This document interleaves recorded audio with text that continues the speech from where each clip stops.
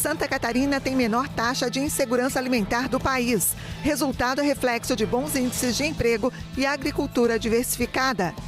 Operação contra crimes patrimoniais em Curitiba. Polícia investiga suspeitos de furtar e roubar veículos na capital paranaense.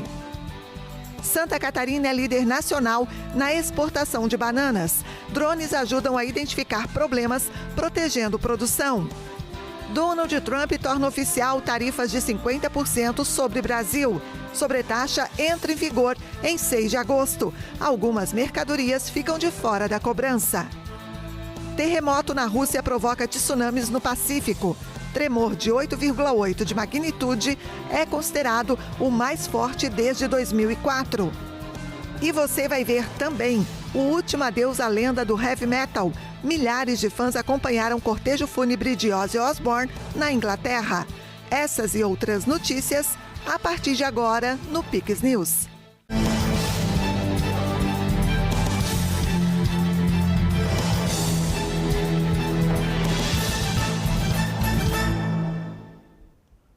Olá, sejam todos bem-vindos ao Pix News desta quarta-feira, 30 de julho. Nós estamos ao vivo, agora no horário de Brasília, 8h02. Furtos e roubos de veículos na capital paranaense têm chamado a atenção da Polícia Civil do Estado. Na manhã desta quarta, policiais cumpriram 17 mandados judiciais contra suspeitos de envolvimento em 9 crimes patrimoniais ocorridos em Curitiba. A investigação apura o roubo à mão armada de ao menos 6 carros e o furto de 3 motocicletas. Na operação desta manhã, participaram 40 policiais civis que cumpriram 10 mandados de prisão, entre temporários e preventivos, e 7 ordens de busca e apreensão domiciliar. As diligências foram realizadas de forma simultânea em Curitiba, Rio Branco do Sul, na região metropolitana e Guaratuba, no litoral. Os crimes investigados ocorreram nos bairros Portão, Santo Inácio, Bigorrilho, Sítio Cercado, Uberaba e Pinheirinho, além dos furtos registrados entre junho e julho nos bairros Mercês, Campo Comprido e Cristo Rei. Um dos roubos aconteceu na tarde de 18 de junho. Um homem armado abordou a vítima na rua quando ela saía de um mercado no bairro Portão. Ele levou a chave do carro e as compras e fugiu com o veículo. O automóvel foi localizado no mesmo dia, abandonado no bairro Novo Mundo. Outros roubos também foram registrados por câmeras de segurança. Na imagem, um grupo de 4 suspeitos andam até um carro estacionado na madrugada do dia 15 de março e abordam um veículo com 2 pessoas dentro. Após as tentativas de abrir as portas, um casal sai do carro assustado. Em outra ocasião, um homem armado aborda um veículo que estava prestes a sair de um estacionamento. Após ameaças, 2 pessoas deixam o carro e o criminoso leva o veículo. Segundo a delegada Ana Turbay, os crimes foram praticados de forma isolada. Apesar dos recentes furtos e roubos, dados da Secretaria da Segurança Pública mostram que Curitiba registrou uma queda de 43% nos roubos de veículos entre janeiro e maio deste ano, com 82 casos, ante 144 no mesmo período de 2024. Os furtos também recuaram, 38,4%, passando de 1.435 para 884 ocorrências.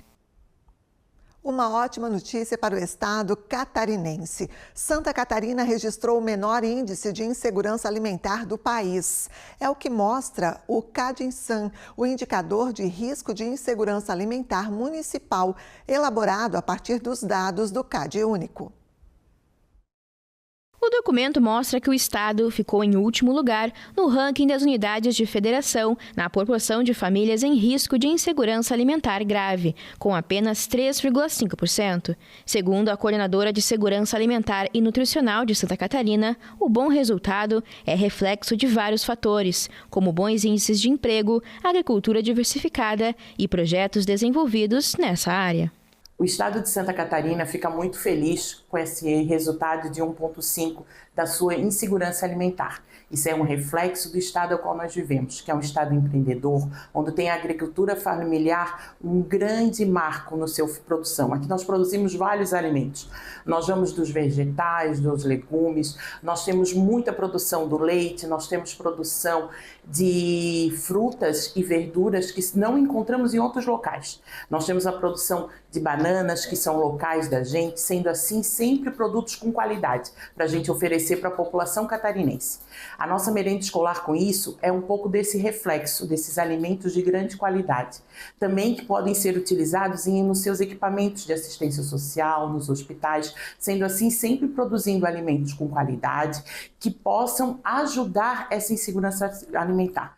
O CadInsan monitora a incidência do risco de insegurança alimentar grave entre as famílias inscritas no CadÚnico nos municípios e fornece informações para subsidiar as políticas públicas do setor. Para a elaboração do documento, foram consideradas informações como renda per capita, sexo e raça da pessoa responsável pelo domicílio, presença de menores de 18 anos, tipo de área, seja urbana ou rural, setor de ocupação e região geográfica. Em Santa Catarina, a Coordenadoria de Segurança Alimentar e Nutricional é vinculada à Secretaria de Estado da Assistência Social, Mulher e Família. É responsabilidade da coordenadoria promover políticas públicas de segurança alimentar e nutricional, além de cooperar com os representantes dos municípios e da União. O objetivo é ampliar a produção, o acesso, a disponibilidade e o consumo de alimentos adequados e saudáveis, com prioridade para os territórios periféricos urbanos, comunidades indígenas e quilombolas e demais povos e comunidades tradicionais. Santa Catarina é líder nacional na exportação de bananas. Parte desse resultado se deve à tecnologia e à vigilância constante contra pragas que ameaçam a lavoura.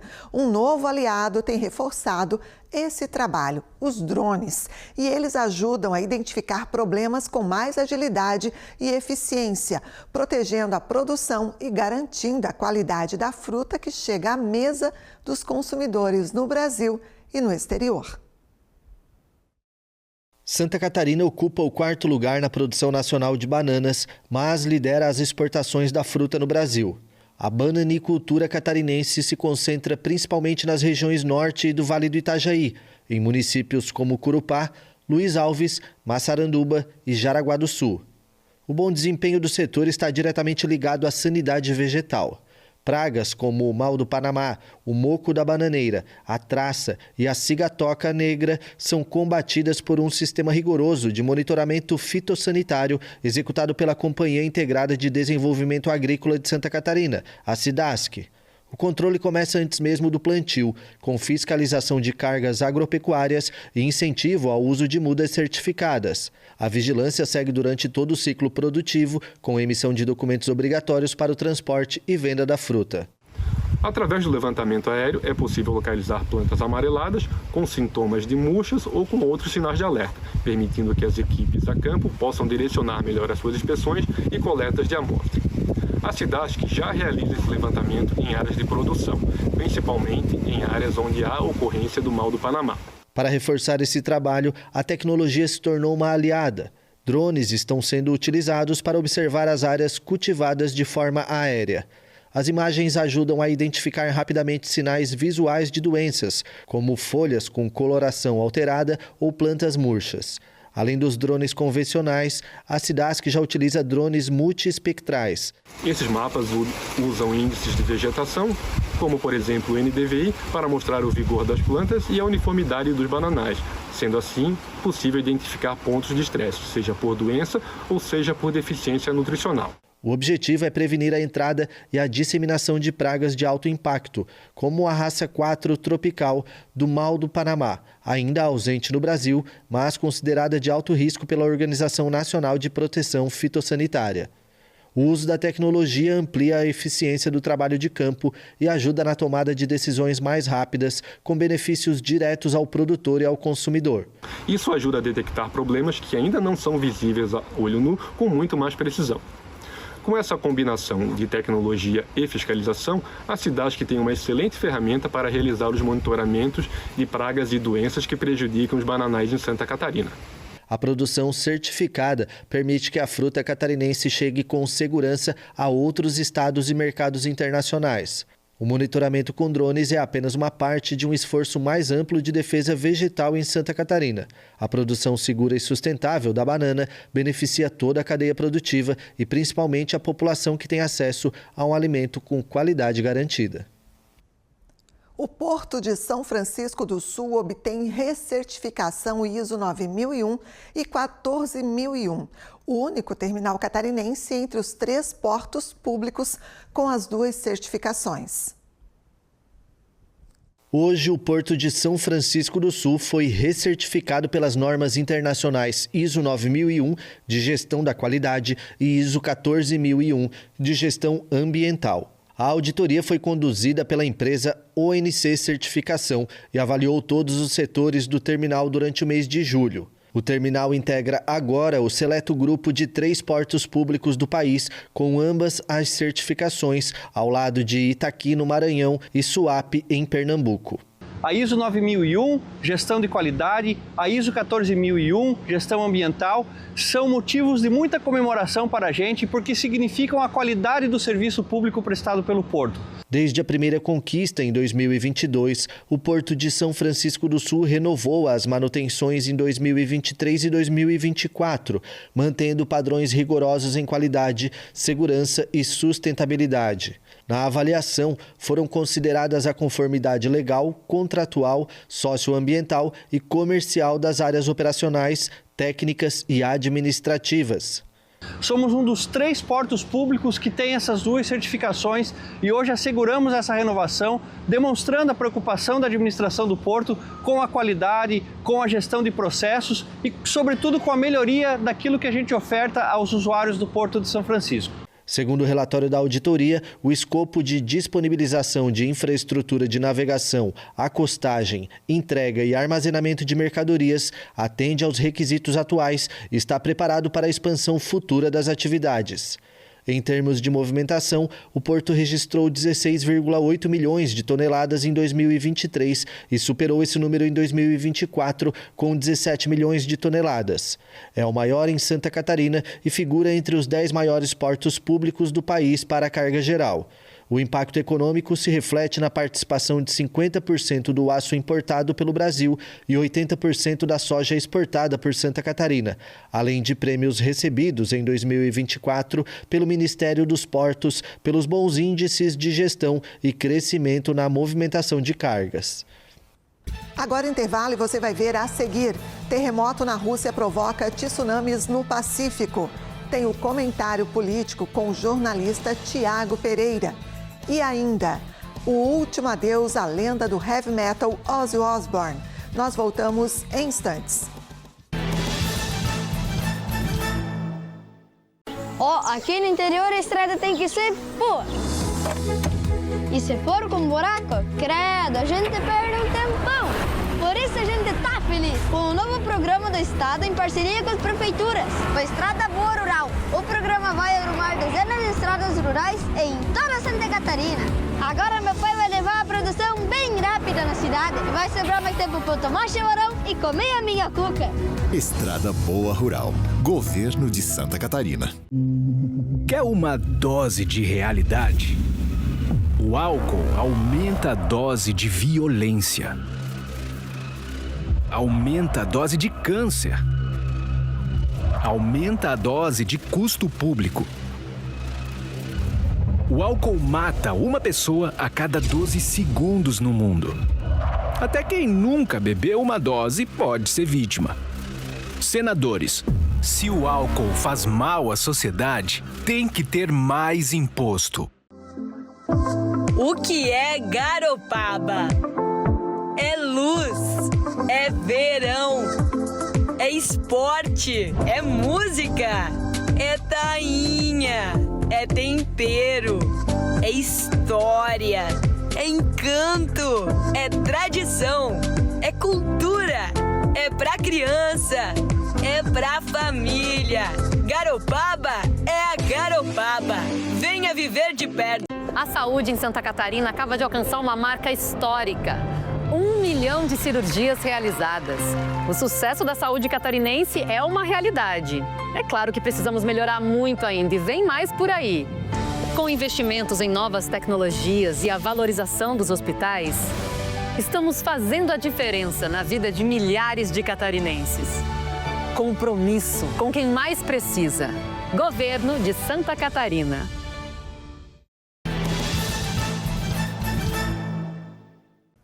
Estamos de volta agora, 8h16. Você confere a partir de agora alguns destaques internacionais.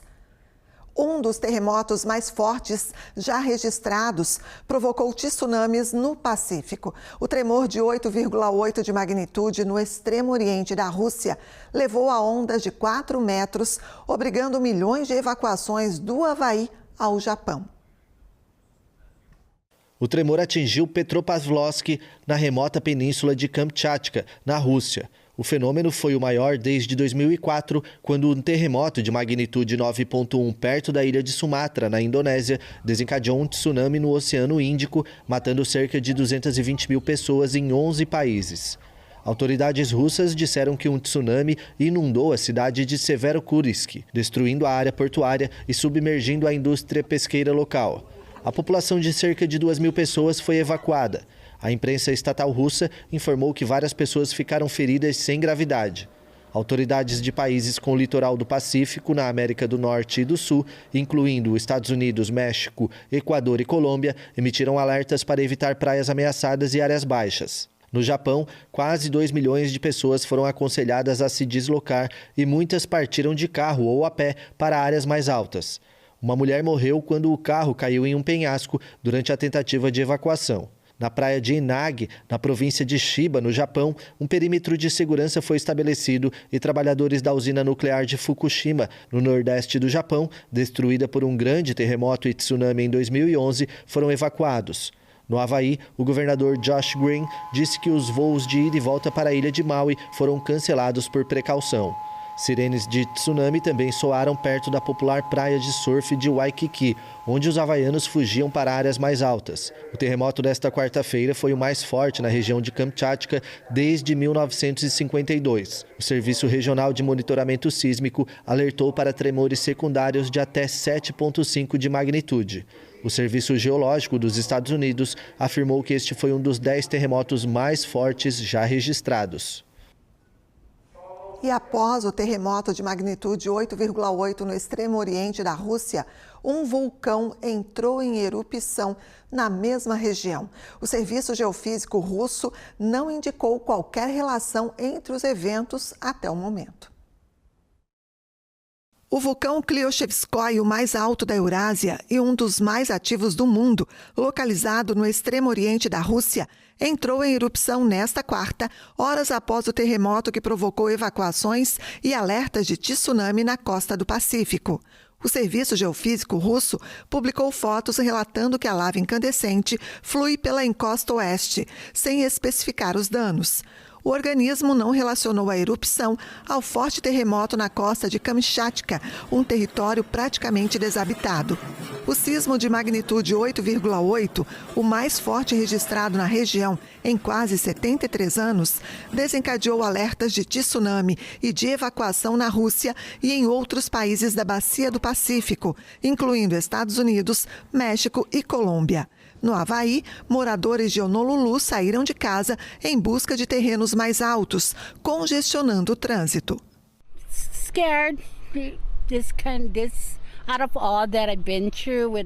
Assustada de tudo que já passei com os alertas de tsunami, este parece realmente mais algo como prestes a acontecer, e eu espero que não.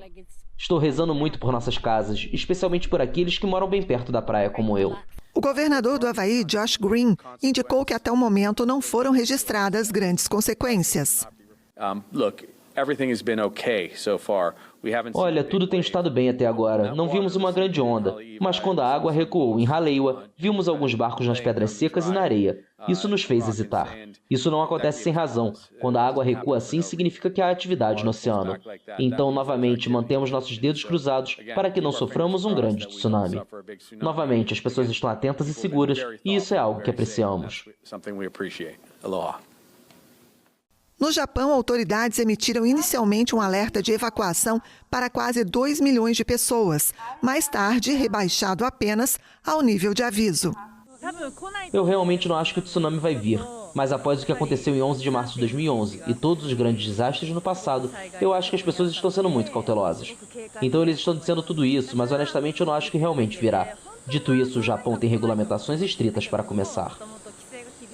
Na costa americana banhada pelo Pacífico, autoridades do Equador evacuaram praias em Manta e nas Ilhas Galápagos, devido ao risco de um tsunami. Mesmo com a possibilidade, alguns pescadores optaram por se arriscar. Claro, há medo, como eu disse, porque eu moro no litoral, mas tenho que trabalhar. Nenhuma morte foi relatada até o momento em nenhum dos países afetados. Na China, mais de 280 mil pessoas foram deslocadas em Xangai por causa da aproximação do tufão Koumei.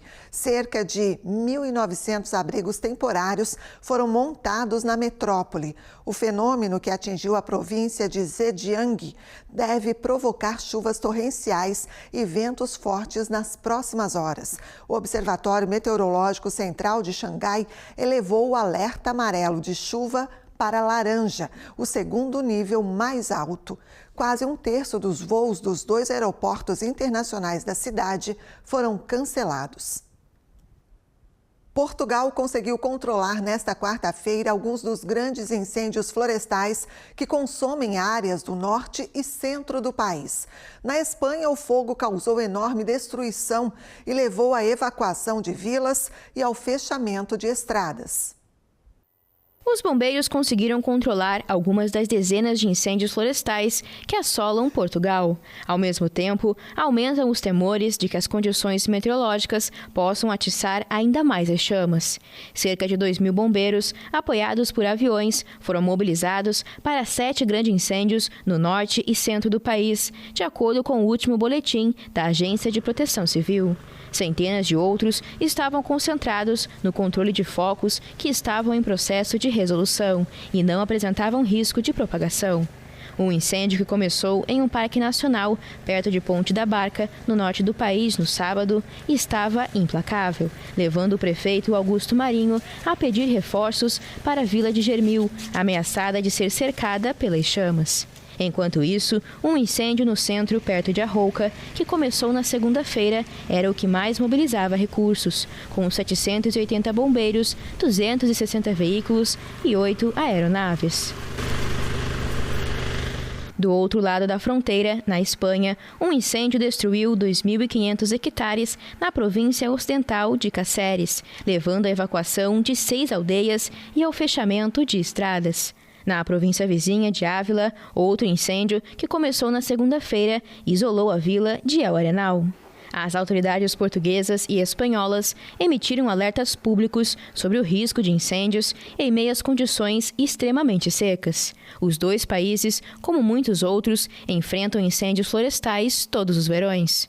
Especialistas afirmam que as mudanças climáticas estão aumentando a frequência e a intensidade desses eventos e das secas em todo o mundo.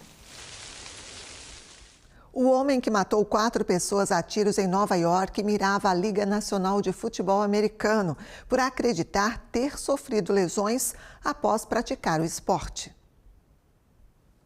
Um bilhete escrito pelo atirador de 27 anos insinuava que a NFL seria culpada por um suposto dano cerebral sofrido por ele após jogar futebol americano.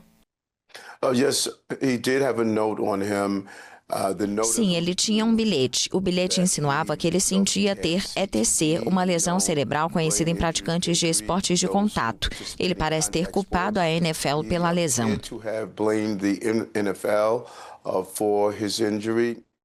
Conforme a imprensa americana, o atirador, identificado como Shane Tamura, nunca jogou na NFL, mas foi quarterback no ensino médio e acreditava ter desenvolvido encefalopatia traumática crônica, uma doença cerebral degenerativa, como consequência. Segundo a polícia, o agressor percorreu 3.600 quilômetros entre Las Vegas, onde morava, e a cidade de Nova York para realizar o ataque. No bilhete encontrado na carteira de Shane pela polícia, o agressor escreveu: "Estudem meu cérebro, me desculpem". A ETC, que não pode ser detectada em pessoas vivas, pode causar uma série de sintomas comportamentais, incluindo agressividade, impulsividade, depressão, ansiedade, paranoia, tendências suicidas, bem como sintomas cognitivos progressivos, como perda de memória. Desde o início dos anos 2000, diversos estudos têm destacado a ligação entre essa degeneração cerebral e golpes repetidos na cabeça que causam concussões e outros traumas cranianos comuns na carreira de um jogador. Um estudo de 2017 analisou o tecido cerebral de 111 jogadores da NFL que morreram prematuramente e a ETC foi detectada em 110 deles.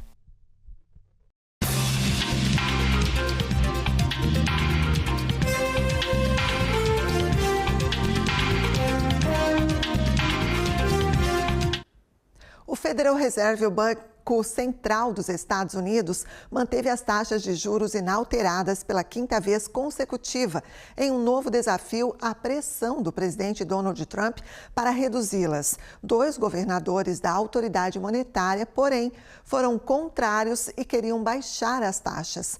A autoridade monetária manteve as taxas de referência em um intervalo entre 4,25% e 4,50%. O Banco Central afirmou ainda que o crescimento econômico se moderou, mas a incerteza permanece elevada.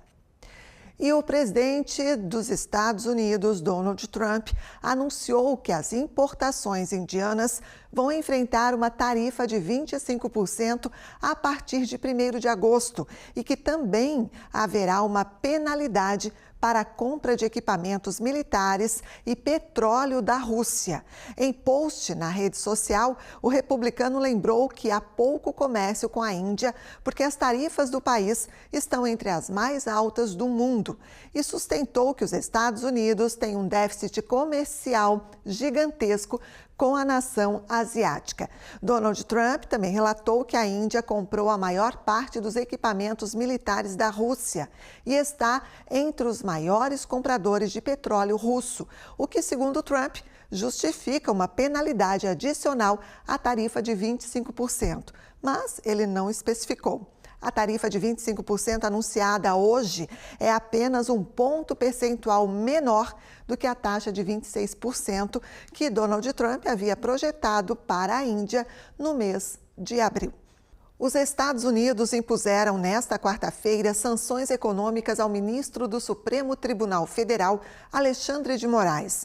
Moraes foi enquadrado na lei global Magnitsky. A medida é uma das mais severas ferramentas legais dos Estados Unidos para punir estrangeiros acusados de corrupção ou violações graves de direitos humanos. A decisão foi publicada pelo Escritório de Controle de Ativos Estrangeiros, órgão do Departamento do Tesouro americano. Com isso, Moraes teve bens e contas bancárias bloqueados em território americano e está proibido de entrar no país. O ministro que preside o julgamento do ex-presidente Jair Bolsonaro por tentativa de golpe de Estado foi punido sob a acusação de autorizar detenções arbitrárias e suprimir a liberdade de expressão. Donald Trump assinou um decreto nesta quarta-feira, elevando tarifas adicionais sobre as importações brasileiras para 50%. O presidente americano considera que as ações do governo Lula constituem uma ameaça incomum e extraordinária à segurança nacional, à política externa e à economia dos Estados Unidos. Em comunicado, Washington cita perseguição política e processos politicamente motivados do governo do Brasil contra o ex-presidente Jair Bolsonaro e milhares de apoiadores.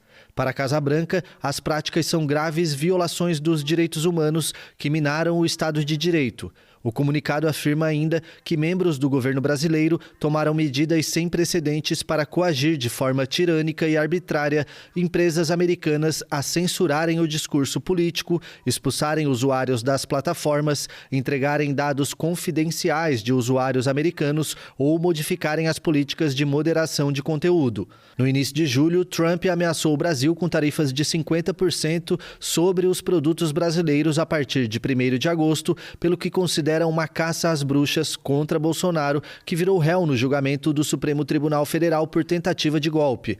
Ele fez isso na plataforma Truth Social, em uma carta dirigida a Lula, que foi seguida por outra destinada a Bolsonaro, na qual o presidente republicano expressa solidariedade e pede uma mudança de rumo no Brasil. No decreto, Trump anuncia que impõe 40 pontos percentuais de tarifas alfandegárias suplementares aos bens brasileiros importados, o que equivale a elevá-las para 50%. A sobretaxa entra em vigor em 6 de agosto.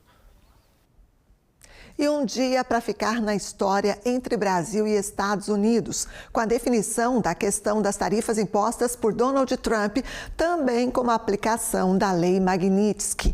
Assunto claro para o jornalista Tiago Pereira, que já está por aqui. Tiago, boa noite, bem-vindo. E então, estávamos todos naquela expectativa, finalmente Donald Trump assina o tal decreto. E agora, o que você nos diz? Duas situações bem importantes, impactantes. Eu trato como um divisor de águas, né? O Brasil, a relação Brasil-Estados Unidos antes dessa decisão e depois, porque no mesmo dia, né, como assina a questão das tarifas, já também impôs aí Donald Trump, como você noticiou, as sanções ao ministro Alexandre de Moraes, que também todas as duas notícias, todas as duas situações são péssimas para o Brasil, não são notícias, acredite, que a gente gostaria de dar. Boa noite para você e para a nossa audiência qualificada da Pix TV. Moraes está aprovando do próprio veneno. Após os excessos, não os internos, que são muitos, mas aqueles que extrapolam as leis americanas, como no caso da SpaceX, com bloqueio de sequestros de bens aqui no Brasil, mesmo que a empresa nada tivesse a ver com a rede social X do Elon Musk, agora, pela primeira vez na história, um juiz brasileiro está proibido de pisar em solo americano. Isso é inédito, nunca ocorreu, né? Ele está agora, portanto, com o visto suspenso de forma definitiva, além de estar proibido de realizar qualquer transação financeira ou comercial com empresas norte-americanas, como, por exemplo, as bandeiras de cartão de crédito, aí aqui eu cito o Mastercard, o Visa, que são as mais utilizadas, mais famosas. As empresas, inclusive, detentoras de redes sociais como o Google e a Meta e até o X, não podem manter perfis do ministro brasileiro. O X, o Moraes já tinha saído, né? Mas a Meta é detentora do Instagram e também da rede social Facebook. O título de persona não grata impacta diretamente na vida de Moraes, que praticamente está expulso do sistema bancário internacional.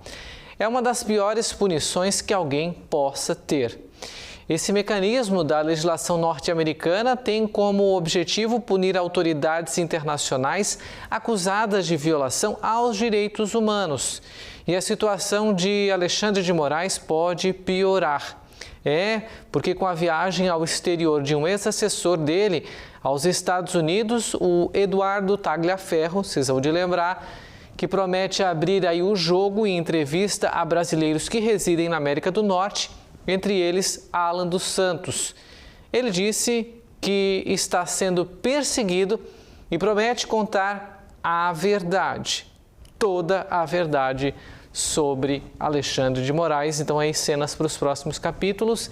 Antes disso, o STF emitiu uma nota agora há pouco, faz alguns minutos, né?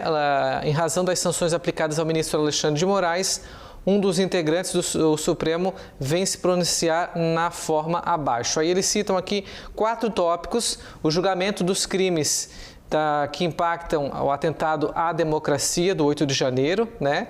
Também a ação penal da Procuradoria-Geral da República em um conjunto de pessoas envolvidas, inclusive o ex-presidente Jair Bolsonaro, citam no âmbito da investigação os indícios de práticas de crimes, né? Citando inclusive aquele plano de assassinato de autoridades públicas que o general trouxe para si a culpa, disse que foi um pensamento que ele expressou em um papel. E também as decisões tomadas no processo, cita também que essas decisões tomadas aí nos processos que Alexandre de Moraes, a vítima, né, está envolvido, foi abonado pelo colegiado, mas não cita aqui que teve um dos ministros que votou contrário à última decisão da tornozeleira eletrônica e das medidas restritivas ao ex-presidente Jair Bolsonaro. E, no final, o STF se solidariza, né, a Alexandre de Moraes, ou seja, meio que está, obviamente, a gente não esperaria situação diferente, né, sendo a favor aí de um dos 11 ministros do colegiado do nosso Supremo Tribunal Federal. Muito bem, voltando a outro assunto do dia, polêmico por sinal, são as tarifas, né, impostas por Donald Trump aí de 50% para as importações do Brasil. A gente sabe que alguns produtos, alguns itens, né, ficaram de fora, mas, contudo, não deixa de lado, de certa forma, o impacto que isso vem acarretar na economia brasileira, né, Tiago? O impacto é inevitável, né, André? E apesar disso, a lista de itens que ficaram de fora é extensa, viu? Uma lista bem grande, a gente pode esmiuçar ela mais ao longo da semana, hoje ainda é quarta-feira. Cerca de 700 itens. Mas realmente o impacto, né, ainda é grande porque, assim, empresas vão deixar de vender, né? Empregos vão acabar, né? E isso, de certa forma, é uma notícia ruim para a economia que não vem sendo contemplada com outros mercados para que possam vir a substituir os Estados Unidos. Mas você tem razão. E o que a gente vê é o que Trump não blefou, na verdade. Ele está numa ofensiva para fortalecer a economia do país dele, mesmo que isso implique em algumas concessões em território interno, e aí eu falo os Estados Unidos. Mas o impacto lá, pode ter certeza, não será nem sentido pelos americanos. Agora, mais abaixo do mapa, sim, nós perdemos a grande chance de evitar isso se o nosso Congresso funcionasse. Se puníssemos quem atua fora da Constituição, quem desvia dinheiro público, deixamos a tirania sobrepor as leis, cerceamos pessoas de falar, proibimos grupos políticos de se manifestar, criamos excessos com práticas hostis à democracia e agora pagamos o preço, literalmente, com a economia. É uma medida econômica que, sim, nos dias de hoje é política também. Quando o país interfere no outro por entender que lá, ou melhor, que aqui, assim como na Venezuela, Nicarágua, a soberania é usada para defender práticas obscuras, em defesa de ideias e até mesmo de grupos, inclusive um que está por 19 anos, prestes a completar 20 no poder e não conseguiu resolver os nossos problemas internos e agora prova mais uma vez que não tem a capacidade de negociar. Porque vejam bem, quem negocia senta na mesa, deixa as diferenças de lado e preza pelo seu país. O resto, como a gente usa no jargão jornalístico, é perfumaria. É discurso de quem já ganhou a eleição, está governando, mas esquece de deixar o palanque. É isso que a gente viu nessa negociação, se assim a gente pode dizer, à la Tupiniquim. De lado, um da oposição lá nos Estados Unidos, que é o filho do ex-presidente Eduardo Bolsonaro, fazendo lobby contra o Brasil, né? Colocando ideias ou possibilidades ao governo americano, que sabe-se lá se foram aplicadas ou não por intermédio dele, né? O Donald Trump não deixa isso claro em momento algum e nem sei se a gente saberá. Do outro, um governo, né? Num grupo chamado BRICS, que ousa, nenhum país do mundo, nenhum presidente do mundo ousou essa expressão e o nosso ousou, que é a desdolarização, que é praticamente ferir aí a honra dos norte-americanos, que ainda tem sim, há muitas falácias, mas ainda é sim a maior economia do mundo e assim como também é a maior democracia. E nessa nota do STF, faltou citar aí, claro, as situações que impuseram os Estados Unidos as medidas de Alexandre de Moraes, como vários feitos que, de certa forma, para os americanos é entendido como um cerceamento à liberdade de expressão e que está lá, como a gente falou aqui na semana passada, né, destacado no primeiro trecho da Constituição americana, que é a possibilidade de qualquer um, seja americano ou não, de se expressar. E quando em algum lugar isso é proibido, certamente é uma situação que preocupa bastante eles e é usado sim hoje na globalização que a gente vive como uma ferramenta punitiva para os países que têm qualquer tipo de relação com os Estados Unidos. Nesse caso, o Brasil. Vamos aguardar cenas dos próximos capítulos, como a gente sempre fala por aqui, né, Tiago? Agora acho que é página virada. A canetada já foi dada nas duas situações. O que pode agora talvez acontecer são sanções ou para mais ministros ou para mais pessoas ligadas a Alexandre de Moraes. Eu estourei meu tempo, fui. Boa noite a todos. Vamos aguardar os desdobramentos então. Obrigada, Tiago. Até a próxima. Até. E a gente encerra o Pix News de hoje falando que milhares de fãs acompanharam o cortejo fúnebre de Ozzy Osbourne na Inglaterra antes do sepultamento nesta quarta-feira.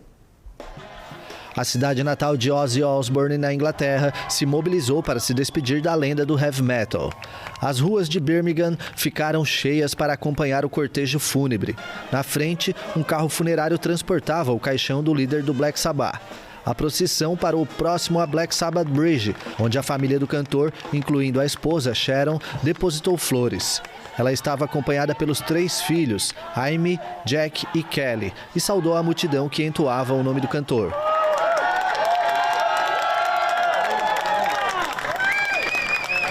A ponte Black Sabbath Bridge está coberta desde o anúncio do falecimento da estrela com uma montanha de buquês de flores, balões e mensagens deixadas por inúmeros admiradores. Ozzy Osbourne sofria de Parkinson desde 2009. Muito debilitado, fez o último show em 5 de julho, exatamente em Birmingham, junto com os companheiros do Black Sabbath, diante de dezenas de milhares de fãs de todo o mundo.